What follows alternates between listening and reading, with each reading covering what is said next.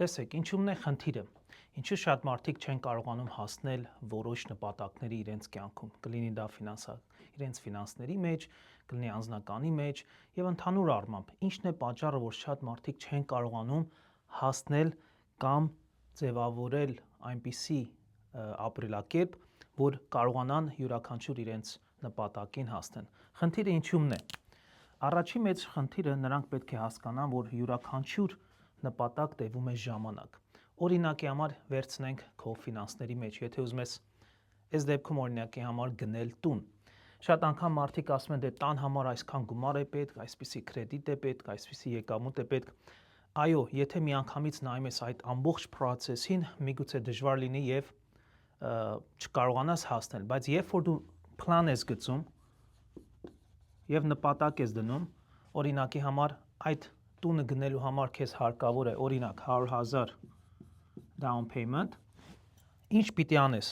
Նախ պետք է առաջինը իմանաս ինչքան ժամանակ ունես։ 1 տարվա պլան ես գծում, 2 տարվա, 3 տարվա, let's say 3 տարվա այս դեպքում պլան ես գծել, որ հասնես այդ նպատակին։ 100,000-ը բաժանում ենք 3 տարվա, այսինքն մոտավորապես 33,000 տարեկան դու պետք է կարողանաս մի կողմ դնես։ Պլան ես գծում։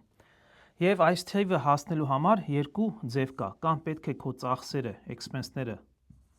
իջեցնես, որ կարողանաս այդ գումարը հավաքես, կամ երկրորդ բանը քո եկամուտը պետք է բարձրացնես, որ նորից կարողանաս այս թվին հասնել։